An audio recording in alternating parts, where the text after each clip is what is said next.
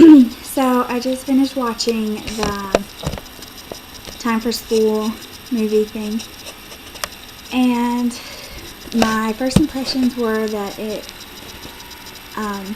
I guess we just really don't think about the education in other countries as much, and how, I don't know, disappointing it is, I guess, that children aren't, they don't have the availability that we do here.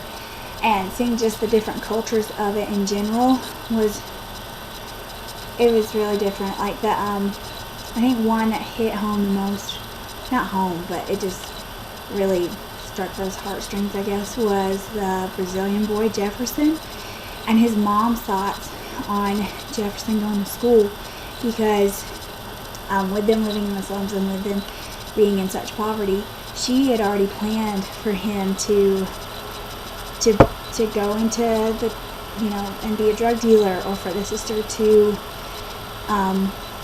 get involved with prostitution. And her children are so young for her to think that of a 9-year-old or a 10-year-old. It's really sad, because she just kind of sees that as inevitable. And another thing about Jefferson, he had a friend that was 3 years older than him, so 12 or so, and was already a drug dealer. So for that to be common, it's really heartbreaking. And for I don't even know how to say her name, Shugura, I think, the one from Afghanistan, she's so interested in her studies, and she just wants to succeed in school. She wants to do good, and she wants to better herself. Yet, because she has a family of 13, because there are so many children in that family, she has no time to study at home, and all of her time is dedicated to working. And you just think, for a girl at 16, yes, I'm sure she's helping out her mother a lot, but in order for her to better her life, she needs to continue with her education, and it's really hard for her to do that when her workload is so tedious. And another theme that I noticed is that education for girls is not common, not in Afghanistan, and it wasn't in India either. And whereas the boys, yes, they could have education if they wanted, but they took it for granted and they didn't really do much with it. And also, they weren't expected to do anything chore-wise or work-wise around the house, and it was all up to the women. And I know that's culturally pretty common, but in order for education goals to change and for progress to be made, cultural mindset's going to have to be changed as well. The girl from India, it really broke my heart, because she really did want to go to school, and she even wanted to become a teacher, and yet because of her workload, because she was required for this work to help out with her family, she wasn't able to. I mean, she pursued night school, and I found that really admirable, because after working all day, she spent her evening learning how to read and count by lantern light, only to go home and everyone's already asleep. And I'm sure she has to get up early the next day to continue her work. So I found that really admirable, but then again heartbreaking, because she spent all that time and that effort, and by the time she did get to go to day school, they wouldn't allow her to be with her level or her group, and therefore she got discouraged and dropped out.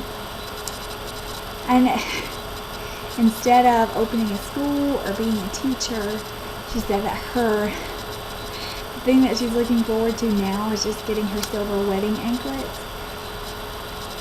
And it just shows you that women in education in those cultures is downplayed so much, especially with marriage being the forefront of it.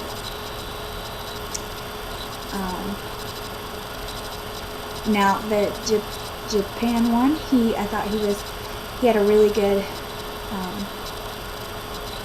future. I mean, his parents are educated, and they have him in a really good school, and I just hope that he continues to realize, and I think that with American children too, that they just They just don't realize the opportunities that they have and the benefits that come from getting an education, and a free one at that.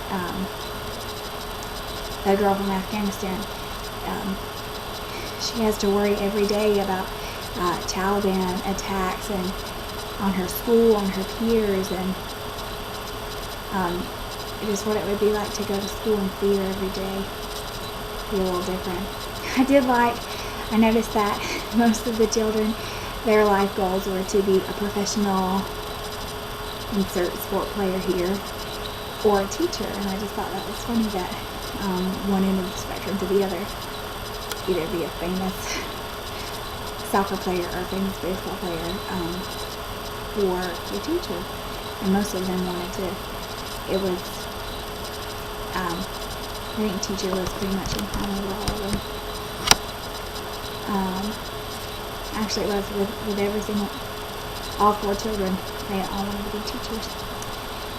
So I think they acknowledge or at least they did at some point acknowledge the benefit of education and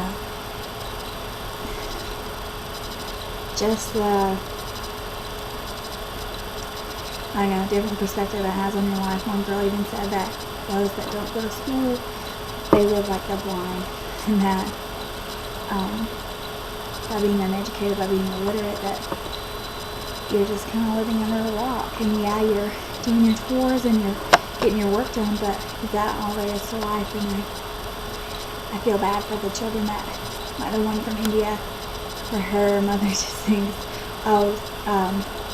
her work will catch up with her and she won't have time for school. And I don't have an education and I'm fine, and I think how many times we leave it at that and we don't pursue anything further because it might be harder or because it might be controversial.